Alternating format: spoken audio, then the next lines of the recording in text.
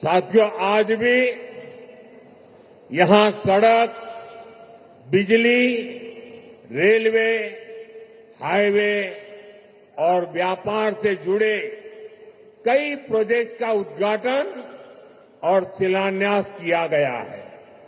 ये प्रोजेक्ट्स राज्य में कनेक्टिविटी को मजबूत करेंगे, इंडस्ट्री को बढ़ावा देंगे और लोगों के जीवन को आसान बनाएंगे। మిత్రులారా, నేడు రోడ్లు, విద్యుత్ రంగం, రైల్వే, హైవేలు మరియు వాణిజ్యానికి సంబంధించిన అనేక ప్రాజెక్టులకి శంకుస్థాపన మరియు ప్రారంభోత్సవం చేసుకుంటున్నాం. ఈ ప్రాజెక్టు వల్ల రాష్ట్రంలో కనెక్టివిటీ బలోపేతం అవుతుంది మరియు పరిశ్రమలకి ఊతమిస్తూ మరియు ప్రజల జీవితాన్ని కూడా సులభం చేసే అవకాశం కల్పిస్తుంది.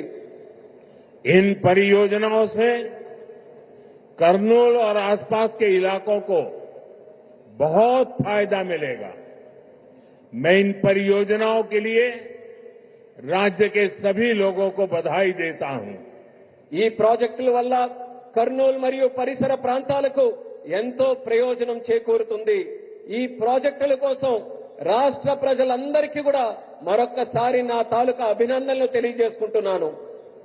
साथियों, किसी भी देश और राज्य विकास के लिए एनर्जी सिक्योरिटी बहुत जरूरी है।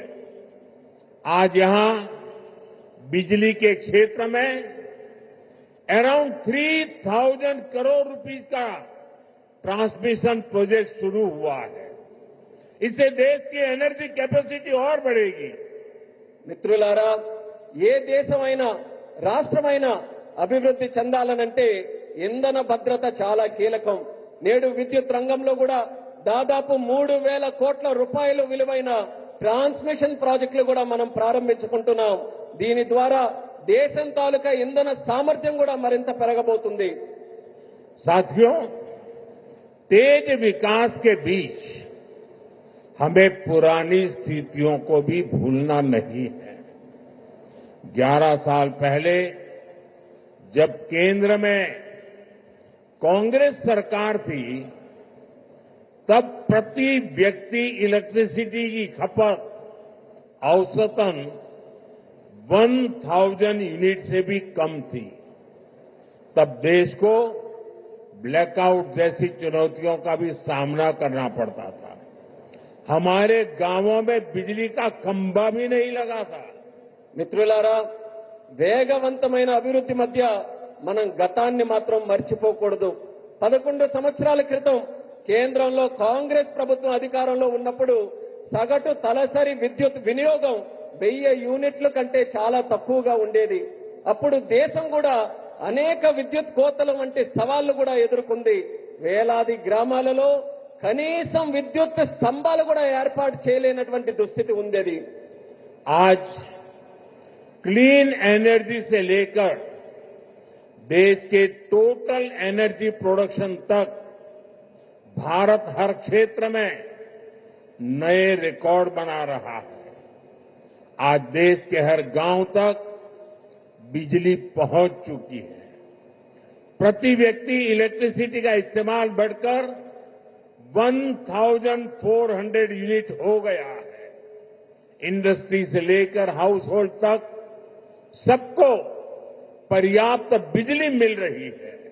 నేడు భారతదేశంలో క్లీన్ ఎనర్జీ నుంచి టోటల్ ఎనర్జీ ప్రొడక్షన్ వరకు ప్రతి రంగంలో కూడా మన దేశం కొత్త రికార్డుల్ని సమకూర్చుకుంటుంది. నేడు దేశంలోని ప్రతి గ్రామం కూడా మనం చూసుకుంటే విద్యుతీకరణ జరిగింది. తలసరి విద్యుత్ వినియోగం ఇప్పుడు 1400 యూనిట్లకి పెరిగింది. పరిశ్రమ నుండి గృహాల వరకు ప్రతి ఒక్కరికి కూడా తగినంత విద్యుత్ ఈ రోజు చక్కగా లభిస్తుంది.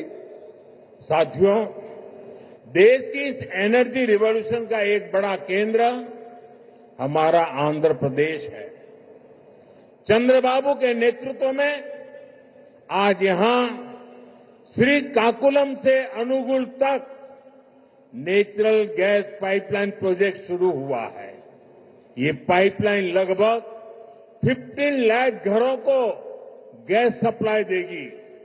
మిత్రులారా, దేశంలో ఈ ఇంధన విప్లవానికి మన రాష్ట్రం ఆంధ్రప్రదేశ్ ఒక ప్రధాన కేంద్రంగా ఉంది. మన ముఖ్యమంత్రి వర్యులు చంద్రబాబు నాయుడు గారి నేతృత్వంలో ఈ రోజు శ్రీకాకుళం నుంచి అంగుల్ వరకు సహజ వాయువు పైప్ లైన్ ప్రాజెక్టు ప్రారంభించబడింది. ఈ పైప్ లైన్ సుమారు 15 లక్షల ఇళ్లకు గ్యాస్ సరఫరా కూడా చేయబడుతుంది. आज चित्तूर में एलपीजी बॉटलिंग प्लांट शुरू हुआ है.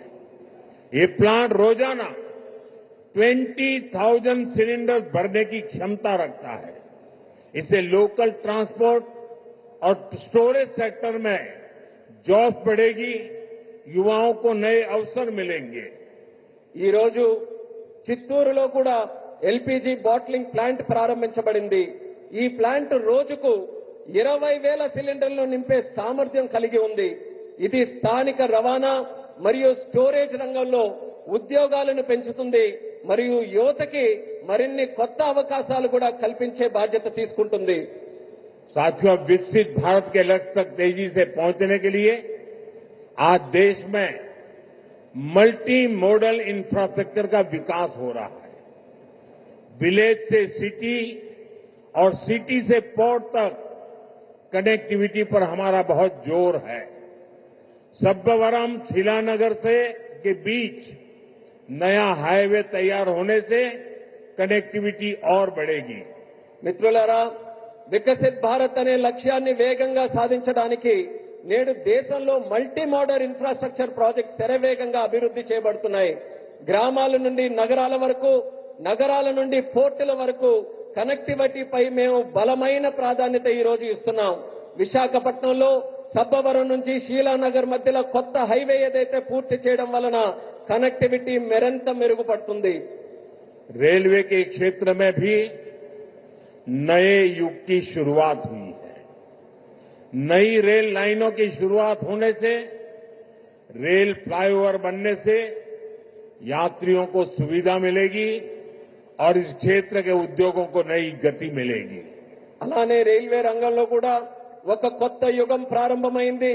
కొత్త రైల్వే లైన్లు అలాగే రైల్వే ఫ్లైఓవర్లు ప్రారంభం వల్ల ప్రయాణికులకి మెరుగైన సౌకర్యం అందుతుంది మరియు ఈ ప్రాంతంలో పరిశ్రమలకు కూడా ఒక కొత్త ఊతం వస్తుంది. साथियों, आज 2047 के विकसित भारत का संकल्प हम सबके सामने है और इस संकल्प को स्वर्ण आंध्रा के लक्ष्य से नई ऊर्जा मिल रही है. हम सब जानते हैं, जब टेक्नोलॉजी की बात होती है तो हमारा आंध्र और यहां के युवा बहुत आगे रहते हैं. डबल इंजन की सरकार में हम आंध्रा के इस पोटेंशियल को और बढ़ा रहे हैं. మిత్రులారా, ఈ రోజు 2040 నాటికి వికసిత్ భారతదేశం మనం సాధించాలనే సంకల్పంతో అందరం కూడా ముందుకు నడుస్తున్నాం. మరియు ఈ సంకల్పానికి స్వర్ణ ఆంధ్రప్రదేశ్ అనే లక్ష్యం మరింత శక్తిని అందిస్తుంది. మనందరికీ తెలుసు, టెక్నాలజీ విషయానికి వస్తే మన ఆంధ్రప్రదేశ్ అలాగే మరియు ఇక్కడ యువత చాలా ముందుంటారు. డబుల్ ఇంజిన్ ప్రభుత్వంలో మేము ఆంధ్రప్రదేశ్ యొక్క ఈ ప్రత్యేక సామర్థ్యాన్ని మరింత పెంచబోతున్నాం. সাবস্ক্রাইব করুন মহাকাল বিটু।